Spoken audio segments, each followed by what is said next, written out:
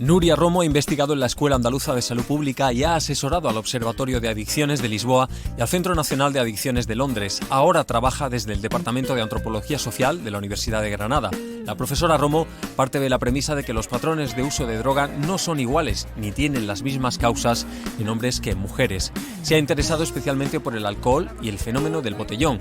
Sus estudios sobre esas y otras sustancias arrojan nueva luz en las pautas de consumo de mujeres adolescentes y adultas.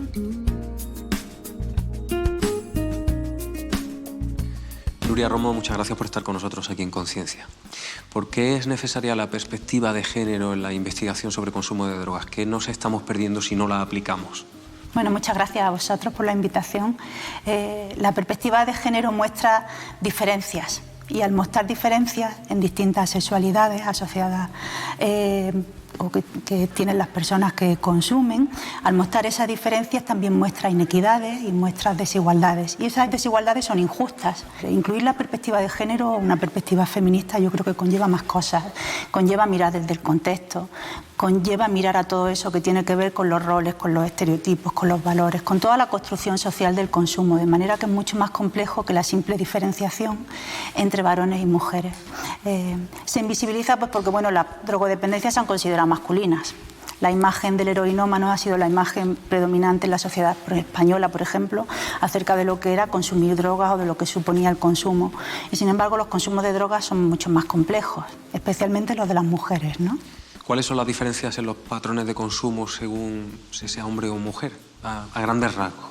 Las mujeres se sitúan en la legalidad, es decir, los patrones de consumo femeninos son patrones de consumo de sustancias que son legales o que son medicamentos, pasen al mercado ilegal o se tomen desde la prescripción farmacéutica.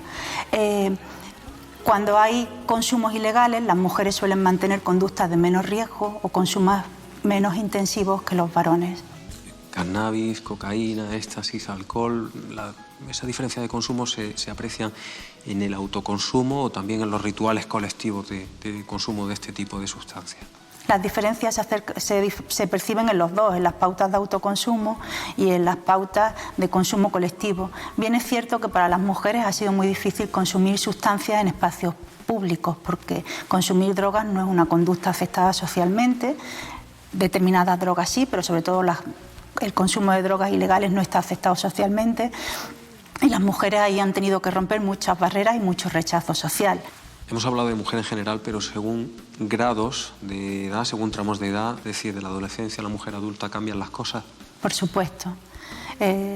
Yo creo que las chicas más jóvenes en Andalucía, por ejemplo, están cambiando las pautas de consumo de drogas porque también están cambiando sus pautas de comportamiento. No tienen nada que ver con las de sus madres ni tampoco con las de sus abuelas, ¿no? Y eso conlleva pues, que tienen una visibilización social totalmente distinta. Y están haciendo consumos muy abusivos de sustancias legales, de alcohol, de tabaco, por ejemplo, que se ha feminizado. Se ha reducido en todos los grupos de edad, pero sigue manteniéndose en las mujeres y en las mujeres más jóvenes. O de los consumos muy intensivos de alcohol que siguen estando presentes entre las mujeres. De manera que las chicas ahí están visibilizando nuevas formas de consumir y nuevas formas de mostrar en lo público. Ya has apuntado algo, pero debería, con arreglo a lo que estás comentando, plantearse distintas políticas públicas de prevención o de reducción de daños según si sea hombre o mujer. Desde mi punto de vista, sí. Ojalá que no.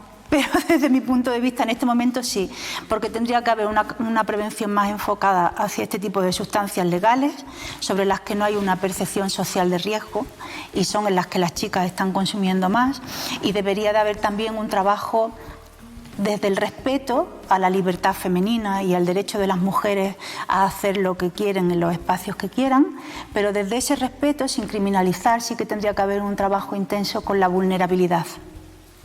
Vulnerabilidad en la sexualidad, en los comportamientos los comportamientos que se producen alrededor del consumo de determinadas sustancias o en los entornos recreativos o de ocio. Estamos continuamente viendo en la prensa casos de chicas y de mujeres que se ven en situaciones muy vulnerables y en muchos casos hay asociados consumos. También has hablado sobre consumo en espacios públicos, el fenómeno botellón.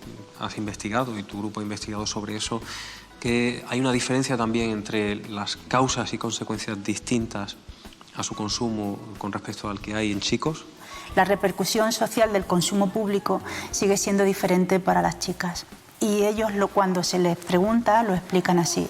Las chicas son más rechazadas, son categorizadas de manera distinta a los chicos, todavía se percibe como conductas que se esperan de los varones, pero nunca se esperarían de las chicas. Y eso es una injusticia. ¿Están las mujeres intentando también, las mujeres adolescentes intentando cambiar los roles de género tradicionales precisamente a través de ese consumo que se hace en los espacios públicos, en el botellón? ¿Están retando de alguna manera a la estructura machista de la sociedad? Sí que se mueven entre los límites de la masculinidad y la feminidad y sí que cambian posturas en cuanto a los roles que se les han adscrito socialmente y que se esperan de ellas, como buenas madres, buenas esposas, buenas chicas, que no beben, que no consumen o que no se muestran en lo público cuando alteran su estado de conciencia. Y en estos espacios se ve que las chicas están continuamente rompiendo ciertos límites. Si no hay una ruptura de roles de género, sí que hay cierto movimiento sobre los roles de género y sobre lo que se espera de ellas en la sociedad en la que viven. ¿Y qué hay sobre las conductas de riesgo asociadas? ¿Cambian también en las mujeres? Claro. Ahí es donde aparecen de manera más clara y más preocupante también lo que tiene que ver con la vulnerabilidad asociada. Siempre desde la perspectiva de la reducción de daños o de los riesgos se ha hablado de lo importante que era, pues, por ejemplo, trabajar lo que tenía que ver con la movilidad en los entornos de ocio, con el uso de vehículos de motor por los accidentes asociados al consumo o determinadas pautas de intervención en contextos de consumo de éxtasis que se daban con que hubiera agua disponible, que hubiera servicios de emergencia, etcétera. Y en el caso de las mujeres todo esto es importante, igual que con los varones o con los chicos, pero también es importante, pues, trabajar temas de vulnerabilidad en la sexualidad, temas de violencia de género, micromachismo, cuestiones que se están visibilizando ahí también y que todavía siguen mostrando la cara más desagradable de las relaciones entre los adolescentes y que se dan y que se podrían evitar o por lo menos mejorar, ¿no? Consumo de psicofármacos, de las sustancias que se pueden adquirir en la farmacia. Ahí sí que parece haber una clara diferencia también en las pautas de consumo femeninas, ¿no? Donde hay una diferencia clara, si tenemos que mirar desde el género, es en lo que tiene que ver con los psicofármacos. Desde los años 60 hay repetidas llamadas de atención sobre el consumo, pero no solamente el sobreconsumo, sino también el autoconsumo diferencial de las mujeres de este tipo de fármacos, que en realidad son fármacos que se obtienen en muchos casos desde el sistema médico, pero que rompen esos límites entre lo que es la legalidad o la ilegalidad, porque claro, no tiene que ver que te lo haya recetado tu médico o tu médica para que eso después pase al consumo ilegal y se consuma sin ningún tipo de prescripción y de supervisión médica.